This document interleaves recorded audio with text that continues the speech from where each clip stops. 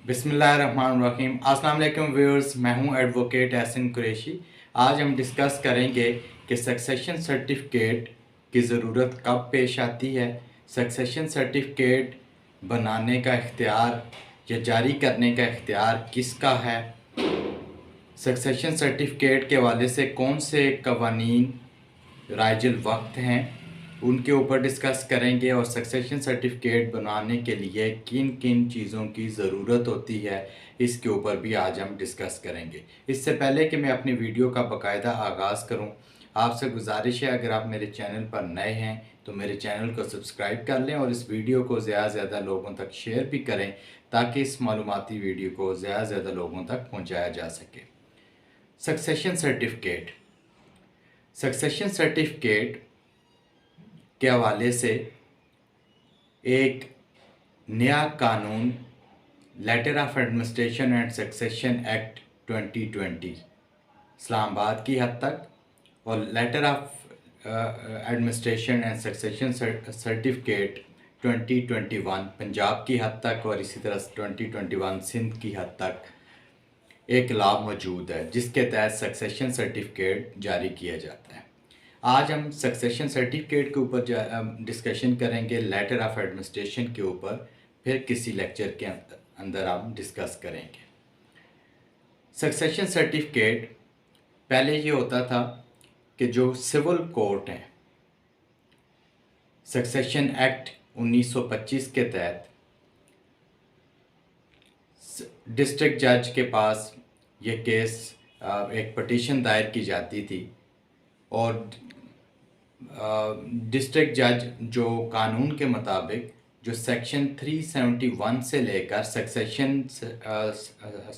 Act 1925 के section 371 से लेकर 384 तक ये तमाम सक्सेशन सर्टिफिकेट या सर्टिफिकेट जानशीनी के हवाले से ये सेक्शन डील करते हैं। सेक्शन 371 के अंदर जुरिस्डिक्शन का जो तज़किरा किया गया उसमें लिखा गया है कि एक एप्लीकेशन आप डिस्ट्रिक्ट जज को देंगे। किस डिस्ट्रिक्ट जज को देंगे? उस डिस्ट्रिक्ट जज को जिसकी हदूद में जो मुतवफ़ी है, जो शख्स फोत हो गया है, वो शख्स उसकी जिस डिस्ट्रिक्ट जज की हदूद में रह रहा था और वहाँ उसकी हदूद में ही वो फोत हुआ, तो वहाँ पर सक्सेशन सर्टिफिकेट उस वहाँ की डिस्ट्रिक्ट जज को आप एप्लीकेशन देंगे।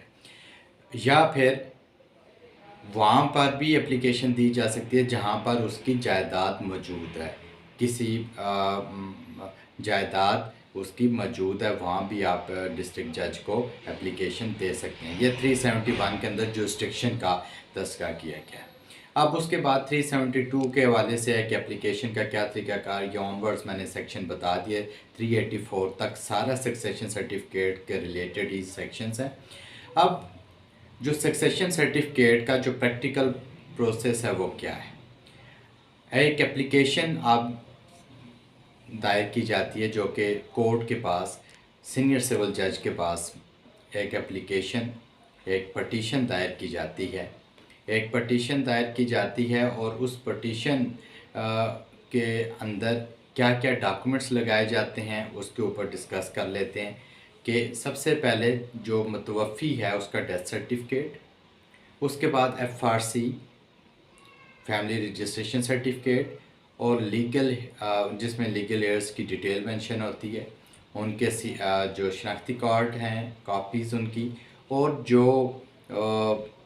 जायदाद है यानी कि जायदाद मनकूला की हम बात करें, सक्सेशन सर्टिफिकेट जायदाद मनकूला से रिलेटेड है, यानी कि मूवेबल प्रॉपर्टी की डिटेल के हवाले से मूवेबल प्रॉपर्टी जहाँ होगी या जायदाद मनकूला होगी तो वहाँ सक्सेशन सर्टिफिकेट जारी किया जाता है। इसकी मिसाल ऐसे है कि बैंक में अगर पैसे पड़े हुए हैं, बैंक में अगर बैंक के अंदर जो प्राइस बॉन्ड है वो पड़े हुए हैं, बैंक के अंदर सेविंग सर्टिफिकेट्स पड़े हुए हैं, या बैंक के अंदर कोई और ऐसी चीज़ है लॉकर के अंदर मौजूद है, उसके हवाले से भी सक्सेशन सर्टिफिकेट जारी किया। डेट्स एंड सिक्योरिटीज़ के हवाले से सक्सेशन सर्टिफिकेट जारी किया जाता है। अगर बैंक में पैसे पड़े हुए हैं तो बैंक स्टेटमेंट भी साथ लगा लेंगे। जो जो चीज़ें बैंक से रिलेटेड हैं उसकी डिटेल साथ अनेक्स कर देंगे। सो डेथ सर्टिफिकेट, एफआरसी और डिटेल ऑफ मूवेबल प्रॉपर्टी और जो लीगल हेयर्स के शनाख्ती कार्ड की कॉपीज़। कोई एक शख्स अदालत में जाकर वो दावा दायर कर सकता है, एप्लीकेशन दे सकता है, पटिशन दे सकता है। वो पटिशन दायर देगा सीनियर सिविल जज के पास, जो नॉर्मली प्रैक्टिस है। सीनियर सिविल जज खुद भी उसको सुन सकते हैं या किसी सिविल जज को मार्क कर देगा। तो उसके बाद जो है वो जो जिसने एप्लीकेशन या पटिशन दायर की है उसकी शहादत होगी। शहादत रिकॉर्ड करने के बाद सक्सेशन सर्टिफिकेट जारी कर दिया जाता है। उसमें तमाम जो वर्ड्स हैं उनके शेयर्स मेंशन कर दिए जाते हैं। मगर 2020 में इस लॉ को एक नया लॉ हमारे से वजूद आया जिसके तहत ये तमाम इख्तियारात जो हैं सक्सेशन सर्टिफिकेट जो सिविल जज के इख्तियारात थे इनसे लेकर वो दे दिए गए नादरा को। नादरा के पास वो जो succession letter of administration succession act 2020 है उसके मुताबिक नादरा का ये जो अथॉरिटी है वो एक सक्सेशन फैसिलिटेशन यूनिट कायम करेगी और उसके तहत जो है वो प्रोसेस वो सक्सेशन सर्टिफिकेट और letter of administration for immovable property वो जारी करता है नादरा। और जब नादरा जारी जिन केसेस में नहीं करेगा तो वो फिर डिक्लाइन सर्टिफिकेट देगा। उसके बाद फिर अगेन आप सिविल कोड में आएंगे और सिविल कोड सक्सेशन एक्ट 1925 के तहत जो मैंने बताया उसी तरीके से वो सक्सेशन सर्टिफिकेट जारी करेगा। आप सबसे पहले नादरा से रजू करेंगे सक्सेशन सर्टिफिकेट के लिए। वहाँ भी आप एफआरसी लेकर जाएंगे, डेथ सर्टिफिकेट लेकर जाएंगे, लीगल हेयर्स की लिस्ट लेकर जाएंगे, उनके शनाख्ती कार्ड की कॉपीज़ लेकर जाएंगे और एक लीगल हेयर अगर अप्लाई कर रहा है बाकियों की तरफ से तो सबका अथॉरिटी लेटर भी लेकर साथ जाएगा। और जो डिटेल है एक उसके अंदर वो प्रोवाइड करेगा वो मूवेबल जो प्रॉपर्टी है, मूवेबल या इमूवेबल प्रॉपर्टी, उसकी डिटेल भी प्रोवाइड करेगा नादरा को। उसके साथ साथ फ़ीस भी पे करेगा। नादरा क्या तरीक़ाकार करेगी? तकरीबन वही तरीक़ाकार करती है जो एक कोर्ट करती है, यानी कि जैसे ही सारी इन्फॉर्मेशन नादरा को आप डॉक्यूमेंट्स प्रोवाइड करेंगे तो वो 14 दिन का एक नोटिस पब्लिकेशन होगी अखबार में। एक उर्दू का अखबार होगा, एक इंग्लिश का अखबार होगा।